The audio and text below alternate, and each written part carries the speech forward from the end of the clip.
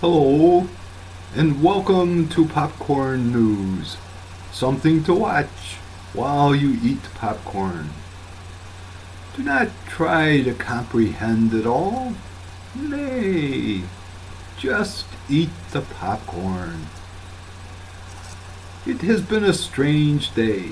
It has been carpet cleaning day. Once a year, in my apartment building, they clean the carpets. And this forces me to go for walks and see the surroundings while they clean the carpets. The world might be going to hell in a handbasket, but at least my carpets are clean. And while I'm out and walking around, I meet one of the neighbors, and we get to chatting, and he turns out is into a lot of these same conspiracy theories that I'm into.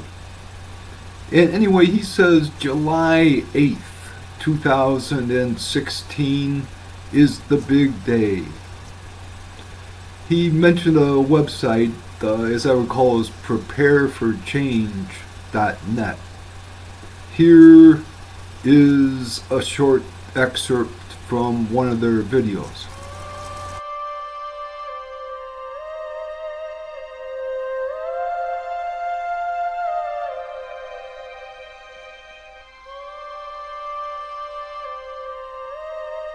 Worldwide reset imminent.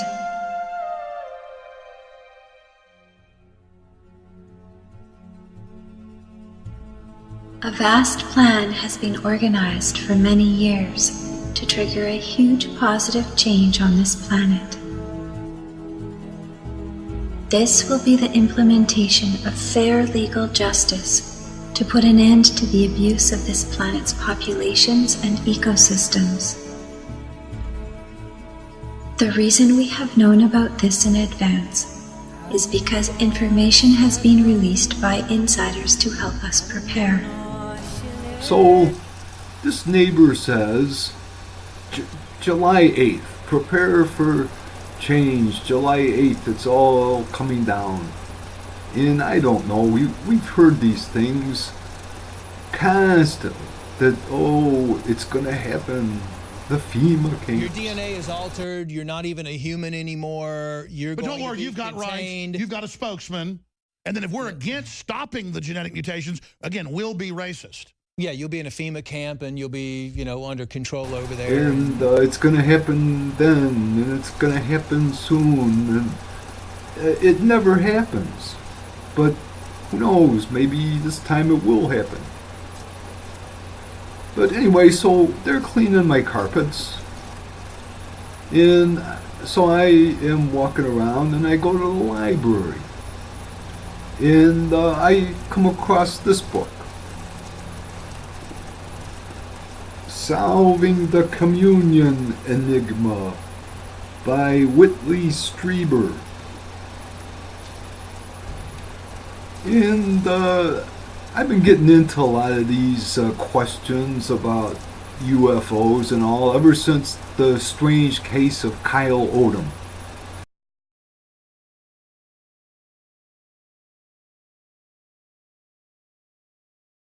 And Kyle Odom, the latest news on him is that his charge of attempted murder has been reduced to aggravated battery. So that's the latest news on Kyle Odom. Kyle Odom wrote a manuscript. The mainstream media insists on calling it a manifesto, as if therein is contained things such as world revolution, brother, join together with us. But it's really, if you actually read the Kyle Odom manuscript, which they insist on calling a manifesto, which it's not a manifesto, but they insist on calling it that, it's more of a memoir. If you read the thing, It just kind of describes Odom's experiences. And he perceived disguised Martians living amongst us, so I started to try and get up to speed on this subject. And so here we have my latest book to read. And what I'm finding, not only in this book, also Meet the Hybrids by Mendoza and Walking Among Us by Dr. David Jacobs, and in this book too, Solving the Communion Enigma, a common theme of an advance, a sudden leap in our evolution, that whether it's men from Mars making little changes to our DNA, that they did it at the cave of Shanidar back around 11,000 BC. They did it around 4,500 BC when Sumeria and that civilization suddenly just jumped up out of nowhere, or seemed to. So that's the idea, that there's been leaps forward in our evolution. And that's also in the movie 2001, A Space Odyssey, where there's that scene with the apes, and there's that tower, and there's suddenly a jump in their evolution. So that's a common theme I'm finding in these various UFO books, which, like I say, I'm just getting up to speed on. But, okay, in the Whitley Streiber book, there's, alright, he says, alright, his wife is working along with him, and she's not getting abducted, but he is. But she's helping him out. She's trying to research things. And his wife made what Whitley Streiber believes is the single most important discovery of all when she wrote on her chalkboard, quote, "This has something to do with death." And that's like the incubi and the succubi. There were also these in medieval times, the incubi and the succubi. They would purportedly engage in sex with humans, and there were children born from this, such as Merlin in the story of King Arthur.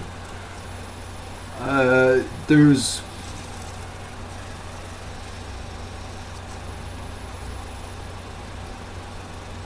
It's got a lot to do with death, in other words. Incubi, succubi, and now there's these Whitley Streiber's wife says it's got a lot to do with death. During his 1985 encounter with the supposed extraterrestrials, Whitley Streiber saw an old friend who he had told me some years before had recently retired from CIA, and he was with the aliens. But afterward, it turns out that by 1985, when all this happened, and he saw this CIA person with the aliens, that person was already dead. So again, there's this thing of it's got a lot to do with death. And here's something else. In 1949, when he was just a lad, he was in some kind of camp, summer camp or something, in Texas. And one of the counselors there took him and some of the other children off the campsite And she drove me and a number of other children to a place with a big gate and lots of trees, where we were taken into a large house and given teddy bears to play with, while being told how wonderful Joseph Stalin was. Reds under the bed. So you got reds under the bed, you got death, you got the incubi, the succubi, and you got July 8th. And one more thing that suddenly while I'm in this mindset, there's something in the Bible, because I try and read a little bit of the Bible most days. Something in the Bible suddenly jumped out at me. It was from Luke chapter 17, verse 34. And it's in the New Oxford edition of the Bible. It might not be in King James version exactly, but Luke 17:34. I tell you, in that night there will be two in one bed. One will be taken and the other left. So Whitley Streiber is taken, abducted by the aliens, but his wife is not. Again, I tell you, in that night there will be two in one bed. One will be taken and the other left. Maybe I'm reading too much into that. Maybe it's just my mindset that suddenly has made that passage jump out at me. And I guess that's it. So thanks for watching.